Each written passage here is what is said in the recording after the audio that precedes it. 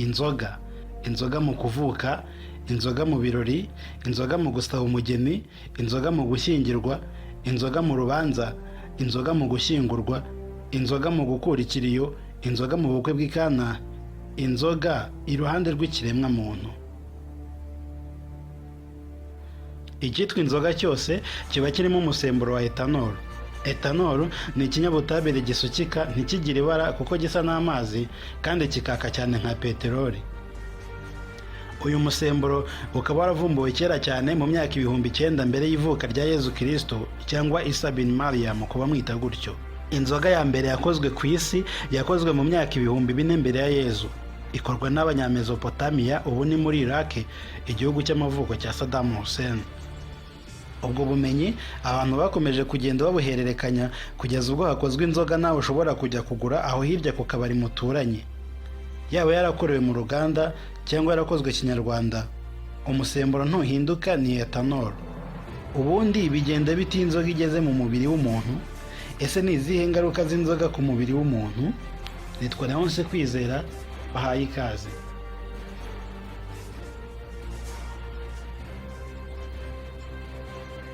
Iyi nzoga yinjiye mu bice by'umubiri w'umuntu igera no mu bwonko. Ingaruka zayo rero ziterwa n'ingano y'inzoga yanywewe cyangwa ibihe uwayinyweye yari arimo.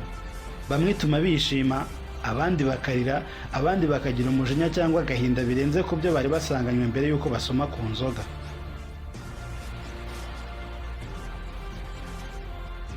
Iyi nzoga yamaze gukwirakwira mu mubiri, igikurikiraho ni uko umwijima utangira gusohora alcohol mu mubiri, isigaye igasohoka binyuze mu mwuka. Kwa kundi uvugana n'umuntu wanyweye inzoga ukumva umwuka we ni inzoga gusa. Alcohol idasohokeye mu mwuka igasohokera mu nkari no mu byuya. Ku mpuzandengo umubiri usohora alcohol ingana na garama 0.1 kugera kuri 0.5 ku gihe cy'isaha. Ikibabaje kandi kinateye agahinda ku basinzi benshi ni uko nta bundi buryo buhari bwo kwihutisha irikurwa mu mubiri rya alcohol. Ingano y'inzoga mu maraso iterwa n'ibintu binyuranye. Harimo ingano y'ibiro, indeshyo ndetse n'ijanisha ry'ibinure umubiri ufite. Niyo mpamvu umugore n'umugabo banyweye inzoga ingana iganza cyane umugore kurusha umugabo, ari naho hava kuvuga ko inzoga ziganza cyane abagore kurusha abagabo, nubwo umugore wa ntuza we mbona murusha kuzinywa.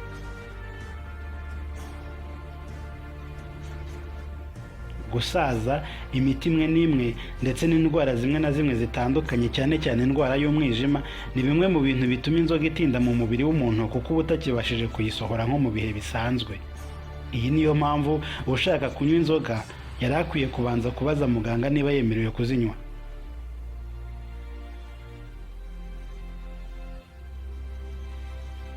None se nyuma yo kunywa inzoga zigakwirakwira mu mubiri, ni izihe ngaruka zitugiraho? Bwa mbere reka turebe ku bwonko. Iyo umuntu anywa inzoga nyinshi akagira ibibazo byo kunanirwa gufata imyanzuro, kureba neza, kudidimanga, kugira ikibazo cyo mu ngingo, akajya asusumira. Kabiri, ku mutima. Iyo umuntu akunda kunywa inzoga nyinshi akagira ibibazo byo kubyimbagana umutima, gutera k'umutima mu buryo budasanzwe, umuvuduko udasanzwe w'amaraso, kuba umutima watera inshuro nyinshi ku munota. Bwa gatatu, ingaruka z'inzoga ku gifu. Ahangaha ni ibintu bizwi cyane. Iyo umuntu akunda kunywa inzoga abyimba inda, ibyo abenshi bakunda kwita ngo ni ukuzana nyakubahwa.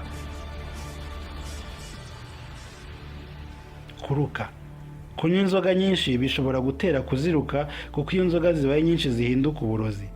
Ikindi kandi inzoga zishobora kugutera kurwara kanseri y'igifu.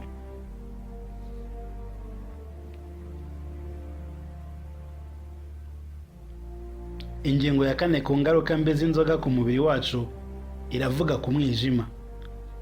Umwijima ni inyama ifitiye akamaro kanini umubiri w'umuntu kandi ni nawe ushinzwe gusohora alcohol mu mubiri w'umuntu. Kunywa inzoga nyinshi rero bitobagura umwijima, bikawutera kubyimbagana. Inzoga nyinshi kandi zishobora gutera uwazinyweye kurwara kanseri y'umwijima. Iyo kanseri ikajya ituma mu gihe ukomeretse amaraso ava ubudahagarara, ndetse kandi inzoga nyinshi zishobora no kugutera kurwara diyabete.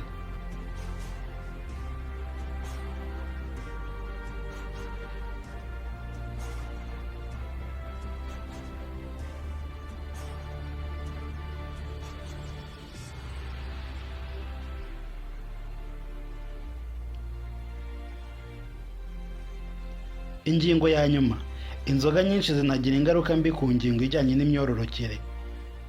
Inzoga nyinshi zituma umuntu acika intege mu gihe cy'imibonano mpuzabitsina. Umwana wavutse ku basinzi nta bwenge buhagije agira, nubwo atari kuri bose. Ariko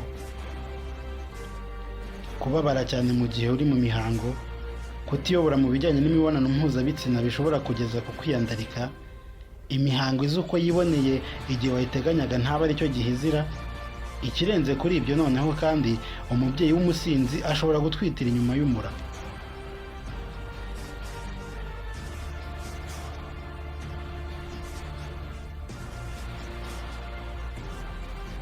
Ku itariki ya 9 z'ukwa gatanu 2022, World Health Organization (WHO) cyangwa OMS ku bayizi gutyo, yatangaje ko impfu miliyoni 3 buri mwaka ziterwa no kunywa inzoga ku buryo bukabije. Impfu ziterwa no kunywa inzoga zikabije zihariye 5.3% y'impfu zose ku isi. Nahawe rero ho guhitamo niba nawe ugomba kuba muri iyo mibare y'abishwe n'inzoga cyangwa kurokora ubuzima bwawe. Njyewe nitwa Leonce Kwizera, hasta la victoria siempre.